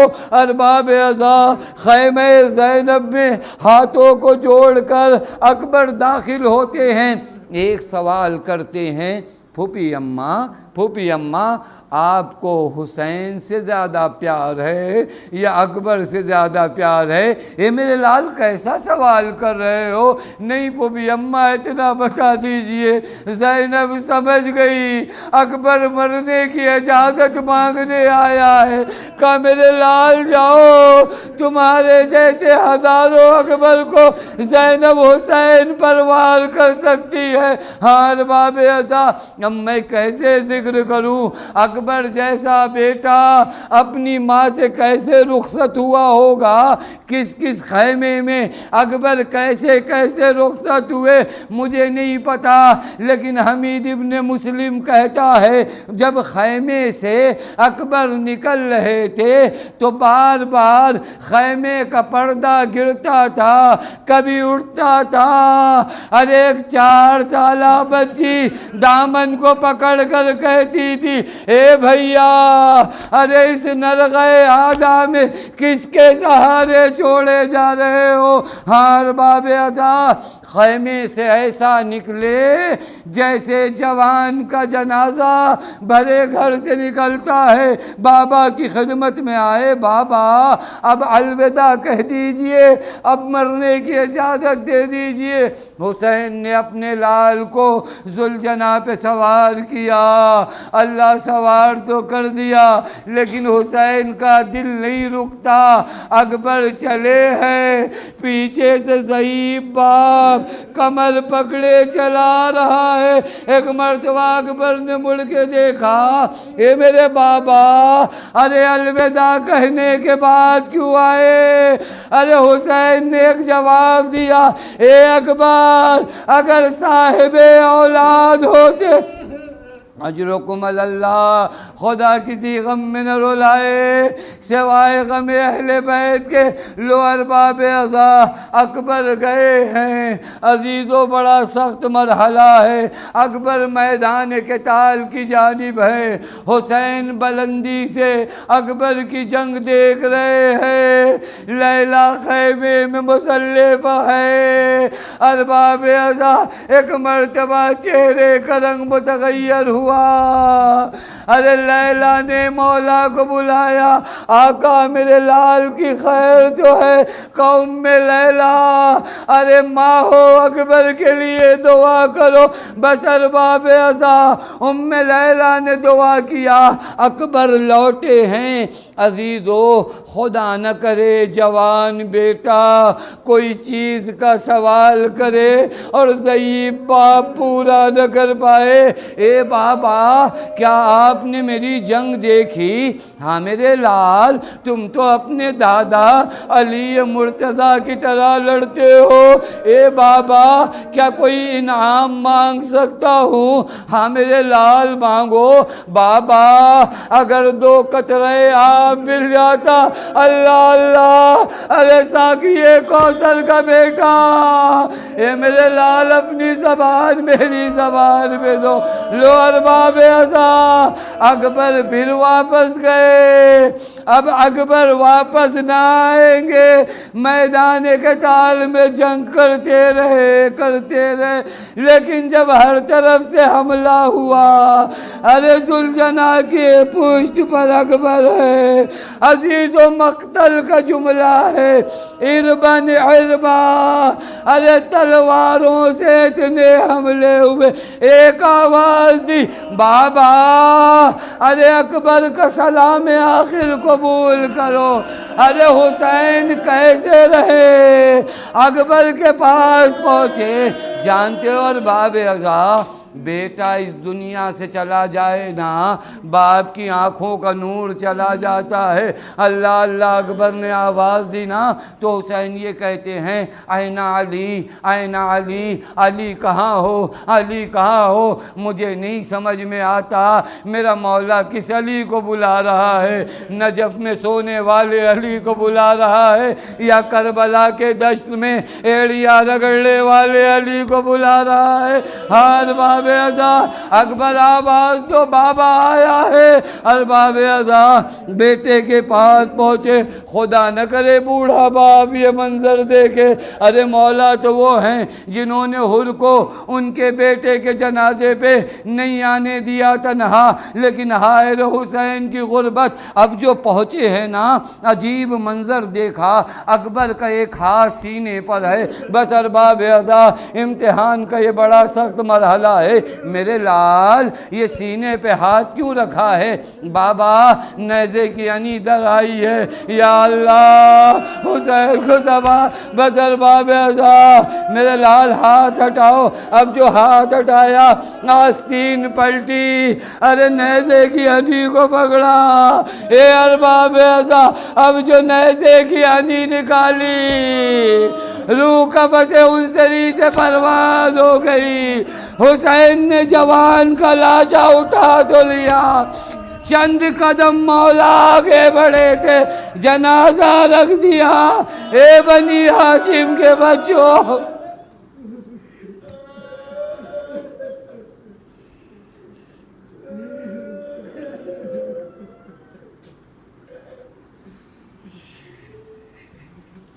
وَسَيَعْلَمُ الَّذِينَ ظَلَمُوا أَيَّ مُنْقَلِبٍ يَنْقَلِبُونَ. إِنَّا لِلَّهِ وَإِنَّا إِلَيْهِ رَاجِعُونَ. رضاً بقضائه وتسلیما لأمره.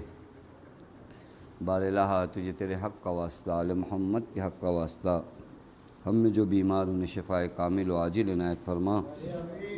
بار الہ تجھے تیرے حق کا واسطہ، آل محمد کے حق کا واسطہ، ہم میں جو پریشان حال ان کی پریشانیوں کو دور فرما. بار الہ تجھے تیرے حق کا واسطہ، آل محمد کے حق کا واسطہ، ہم میں جو مقروض ان کے قرض غیب سے ادا فرما. بار الہ تجھے تیرے حق کا واسطہ، آل محمد کے حق کا واسطہ، اس مختصر سے عبادت کو قبول فرما. بار الہ تجھے تیرے حق کا واسطہ، آل محمد کے حق کا واسطہ، ہم میں جو بے اولاد ہیں انہیں اولاد صالح عنایت فرما. بار الہ تجھے تیرے حق کا واسطہ، آل محمد کے حق کا واسطہ، معبود تجھے بی بی زینب سلام اللہ علیہ کا واسطہ، وارث عدل و انصاف امام زمان کے ظہور میں تعجیل فرما. ہمیں ان کے اعوان و انصار میں شمار فرما. ربنا تقبل منا انک انت السمیع العلیم. حسین.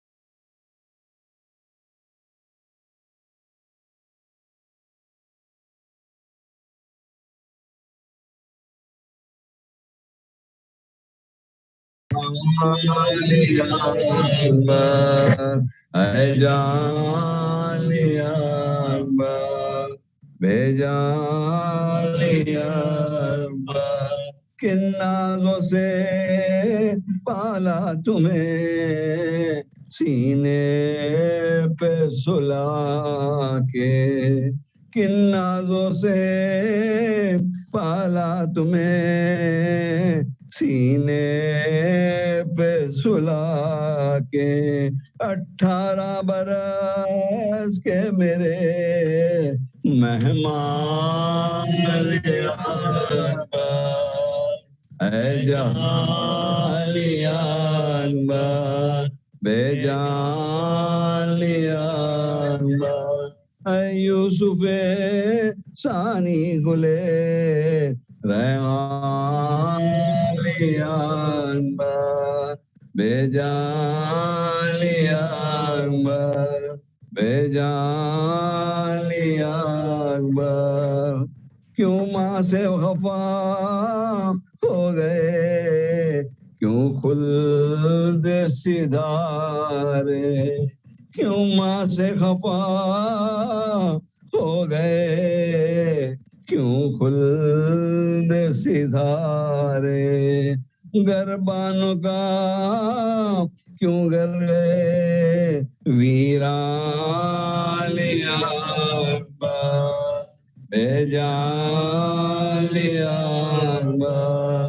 بے جان اکبر اے یوسف ثانی گلے ریحان اکبر بے جان اکبر بے جان اکبر کیوں ماں سے خفا ہو گئے کیوں خلد سدھارے کیوں ماں سے خفا ہو گئے کیوں خلد سدھارے گربانوں کا کیوں کر گئے ویران اکبر اے جان اکبر بے جان اکبر اے یوسف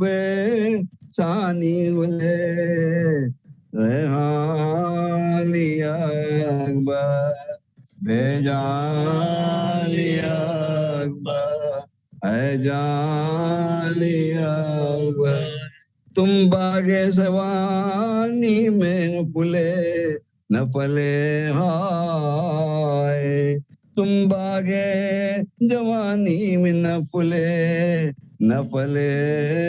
ہائے اے سرور ریاض ذیشان اکبر اے جان اکبر بے جان اکبر کن نازوں سے پالا تمہیں سینے پہ سلا کے کن نازوں سے پالا تمہیں سینے پہ سلا کے 18 برس کے میرے مہمان اکبر اے جان اکبر بے جان اکبر مرتے جو مدینے میں تو اٹھواتی دھوم سے میاں مرتے جو مدینے میں اٹھواتی دھوم سے میاں مادر کو رہا یہ ارمان علی اکبر اے جان اکبر بے جان اکبر اے یوسف ثانی گلے ریحان اکبر بے جان اکبر تم باغ جوانی میں نہ پھلے ہائے، تم باغ جوانی میں نہ پھلے ہائے، اے سرور ریاض ریشان لیا اکبر، اے جان لیا اکبر، لے جان لیا اکبر، مجبور ہے ماولے، مجبور ہے ماں غسلو کفن دے نہ سکی، مجبور ہے ماں غسلے کفن دے نہ سکی، برداشت تھی ممکن نہیں سامان لیا اکبر، بے جان لیا اکبر، بے جان لیا اکبر، مجبور ہے ماں غسل و کفن دے نہ سکی، مجبور ہے ماں غسل و کفن دے نہ سکی، برداشت ممکن نہیں سامان لیا اکبر، بے جان لیا اکبر، بے جان لیا اکبر، اے یوسف ثانی گلے ریحان لیا اکبر، اے جان لیا اکبر، بے جان لیا اکبر، کن نازوں سے پالا تمہیں سینے پہ سلا، کن نازوں سے پالا تمہیں سینے پہ سلا، اب زندگی پاگل کو گوارا نہیں،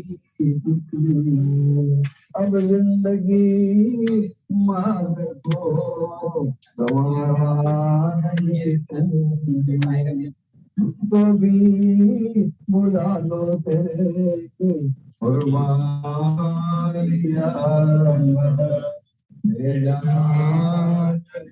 Hussein, Hussein, Hussein, Hussein, Hussein, Hussein, Hussein, Hussein, Hussein, Hussein, Hussein, لہو میں ڈوب گیا جب شبیہ پیغمبر، لہو میں ڈوب گیا جب شبیہ پیغمبر، لہو میں ڈوب گیا جب شبیہ پیغمبر، زمین کرب بلا پر تھا حشر کا منظر، لہو میں ڈوب گیا جب شبیہ پیغمبر، لہو میں ڈوب گیا جب شبیہ پیغمبر،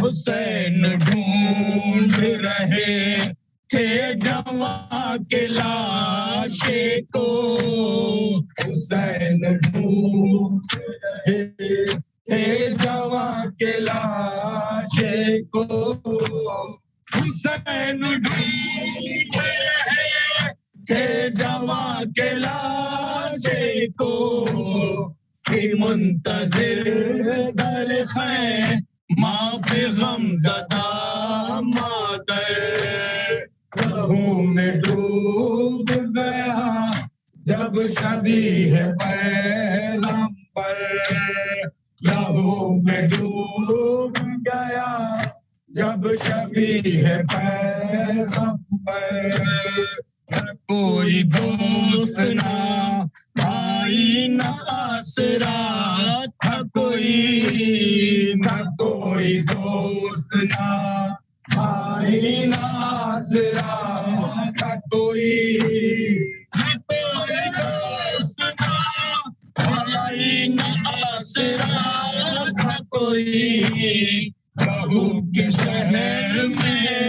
تنہا تھا فاطمہ تھا پسر لہو میں ڈوب گیا جب شبیہ پیغمبر لہو میں ڈوب گیا جب شبیہ پیغمبر ہر ایک بار یہ مڑ مڑ کے دیکھتے تھے حسین ہر ایک بار یہ مڑ مڑ کے دیکھتے تھے حسین ہر ایک بار یہ مڑ مڑ کے دیکھتے تھے حسین نکل نہ آئے کہیں رن میں زینب مزتر لہو میں ڈوب گیا جب شبیہ پیغمبر لہو میں ڈوب گیا جب شبیہ پیغمبر پکارتے تھے اندھیرا ہے میری آنکھوں میں پکارتے راہ میری آنکھوں میں پکارتے تھے اندھیر راہ میری آنکھوں میں میرے جوان میرے دل بر میرے علی اکبر لہو میں ڈوب گیا جب شبیہ پیغمبر لہو میں ڈوب گیا جب شبیہ پیغمبر کہاں تلاش کروں کچھ نظر نہیں آتا کہاں تلاش کروں کچھ نظر نہیں آتا کہاں تلاش کروں کچھ نظر نہیں آتا زمین گرم پہ دیکھو بھٹک رہی ہے نظر لہو میں ڈوب گیا جب شبیہ پیغمبر لہو میں ڈوب گیا جب شبیہ پیغمبر قدم قدم پہ ادھر گر کے اٹھ رہے تھے حسین قدم قدم پہ ادھر گر کے اٹھ رہے تھے حسین ادھر گر کے اٹھ رہے تھے حسین کلیجہ تھام کے اکبر تڑپ رہے تھے ادھر لہو میں ڈوب گیا جب شبیہ پیغمبر لہو میں ڈوب گیا جب شبیہ پیغمبر صدا سنو تو سہارا ملے ضعیفی کو صدا سنو تو سہارا ملے ضعیفی کو صدا سنو تو سہارا ملے ضعیفی کو عجیب وقت ہے مشکل کشا کے بیٹے پر لہو میں ڈوب گیا جب شبیہ پیغمبر لہو میں ڈوب گیا جب شبیہ پیغمبر فرید شیخ کی مصیبت بیان کیا کرتے فرید شیخ کی مصیبت بیان کیا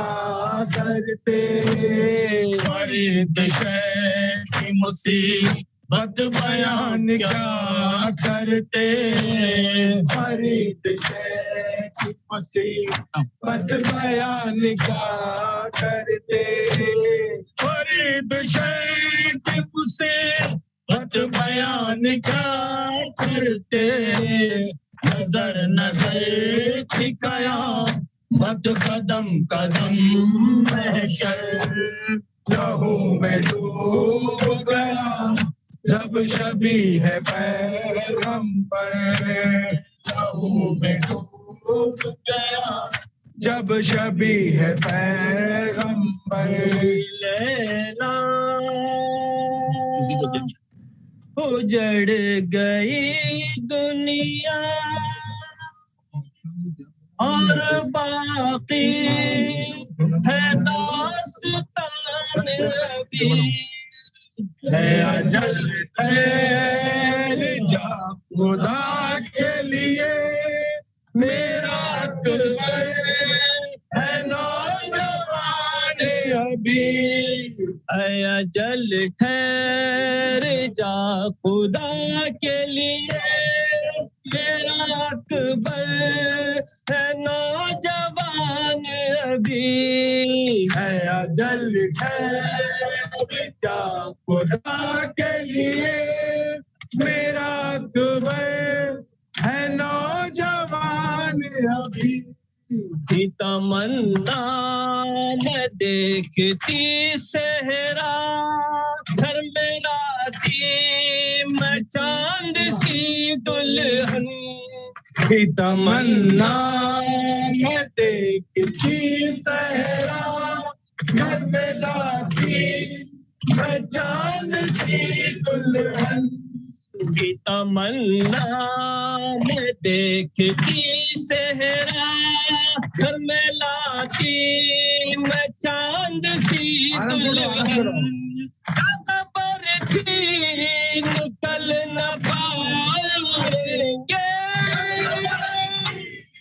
نکل نہ پائیں گے خبر تھی نکل نہ پائیں گے دل کے ارمان میری جان ابھی ہے اجل ہے کا خدا کے لیے میرا اکبر نوجوان ابھی ہے اجل ہے جا خدا کے لیے میرا اکبر ہے نوجوان ابھی یاد اکبر کی جب بھی آتی تھی یاد اکبر کی جب بھی آتی تھی ماں تصور کے کہتی تھی یاد اکبر کی جب بھی آتی تھی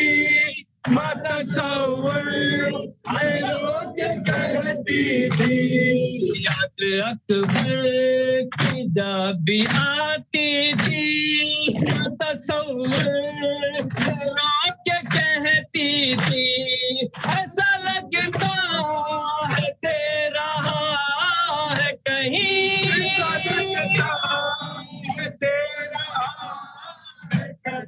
ایسا لگتا ہے دے رہا ہے کہیں میرا کڑیل جوان خزان ابھی ہے اجل ہے کا خدا کے لیے میرا اکبر ہے نوجوان ابھی ہے اجل ہے کا خدا کے لیے میرا اکبر ہے نوجوان ابھی اصغر کا یہ اشارہ تھا میں بھی 2 دن کا بھوکا پیاسا ہوں اصغر کا یہ اشارہ تھا میں بھی 2 دن کا بھوکا پیاسا ہوں اصغر کا یہ اشارہ تھا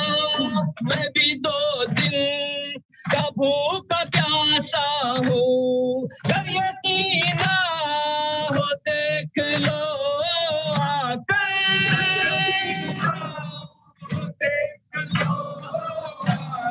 اگر یقین ہو دیکھ لو آ کر میری بیٹی ہوئی زبان ابھی اجل ہے جا خدا کے لیے میرا اکبر ہے نوجوان ابھی ہے اجل ہے سچا خدا کے لیے میرا اکبر ہے نوجوان ابھی یہ نوحہ رباب کہاں ہے لوریاں اب کسے سناؤں گی یہ نوحہ رباب کہاں ہے لوریاں اب کسے سناؤں گی یہ نوحہ رباب کہاں ہے لوریاں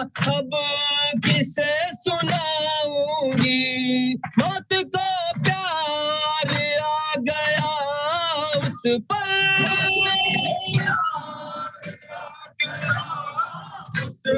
موت کو پیار آ گیا اس پر جھولتا تھا یہ بے زبان ابھی چل کیا خدا کے لیے میرا اکبر ہے نوجوان ابھی جل کیا خدا کے لیے میرا اکبر ہے نوجوان ابھی قید میں یہ سکینہ کہتی تھی رحم کر میں یتیم بے کس ہوں قید میں یہ سکینہ کہتی تھی رحم کر میں یتیم بے کس ہوں قید میں یہ سکینہ کہتی تھی رحم کر میں یتیم بے کس ہوں کیا تماچے تمہارتا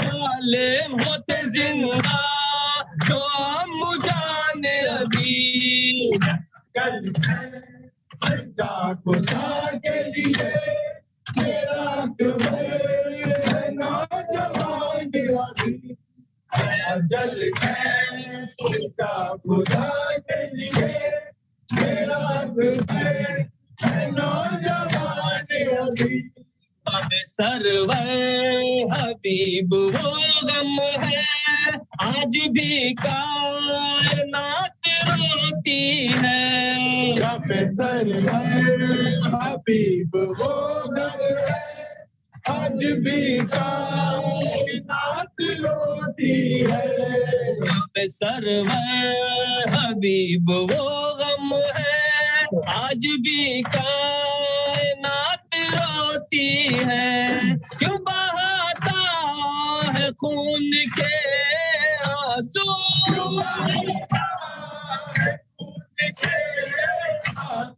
کیوں بہاتا ہے خون کے آنسو غم سرور آسمان ابھی جل خیر جا خدا کے لیے میرا اکبر ہے نوجوان ابھی جل خیر جا خدا کے لیے میرا اکبر ہے نوجوان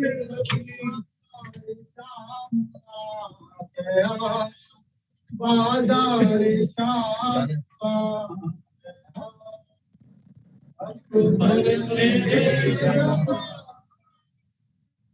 کس کو بلائے ماں بازار شام آ گیا بازار شام آ گیا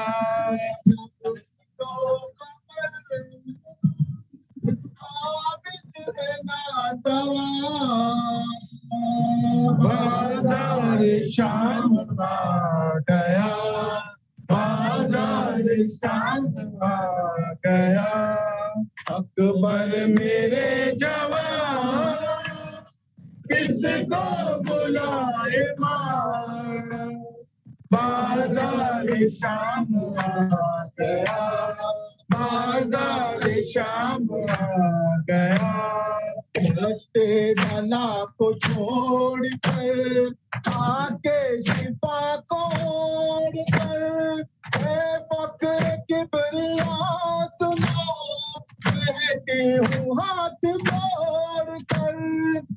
کیسے چلے گی اے میرے نوجوان بازار شام آ گیا بازار شام آ گیا اکبر میرے جوان کسی کو بلائے بازار شام آ گیا بازار شام آ گیا قسمت کی باز ہے وہ خیر النساء کی بات اتحام کی خیروں کے درمیان ہے وہ بازار یہ جنا کہتی ہے سب کی بازار شام آ گیا بازار شام آ گیا اکبر میرے جوان کسی کو بلائے بازار شام آ گیا بازار شام آ گیا قاتل تیرا میرے پیچھے جادتا ہے سفر تم کو نہیں ہے دیس تم کہتا رہا ہے وہ مگر کیسے سہے بنا بیمار ساری بازار شام آ گیا بازار شام آ گیا اکبر میرے جوان کسی کو بلائے بازار شام آ گیا بازار شام آ گیا میں نے سنی ہے یہ صدا کہتے ہیں شام میں سبھی بدلا علی تلیں گے ہم بے علی سے آج آخر سے ہے بڑی لوگوں کی جولیاں بازار شام آ گیا بازار شام آ گیا اکبر میرے جوان کسی کو بلائے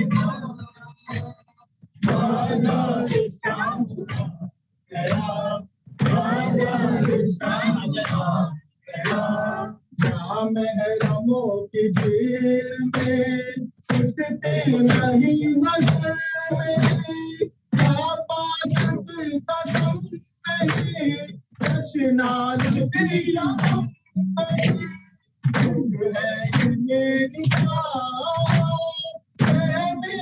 میری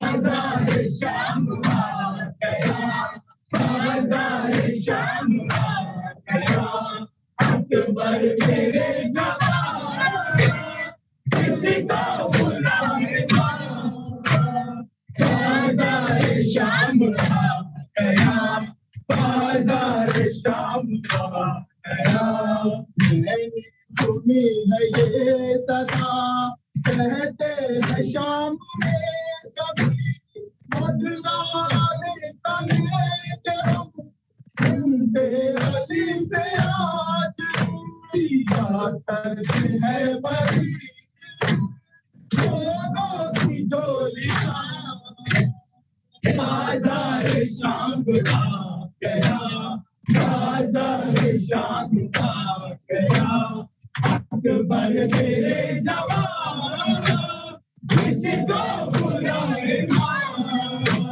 بازار شام آ گیا بازار شام آ گیا آتا ہے جس میں عید پر اکبر تجھے حساب دے ماضی کے سامنے بھی وہ دیتا رہی نقاب میں خیروں کی میری جاتی ہے علامہ بازار شام آ گیا بازار شام آ گیا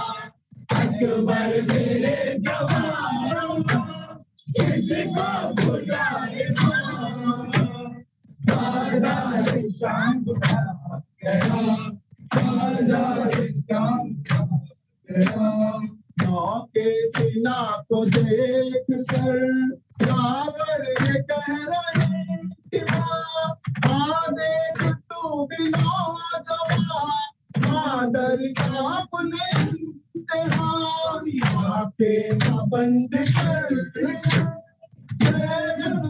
آسمان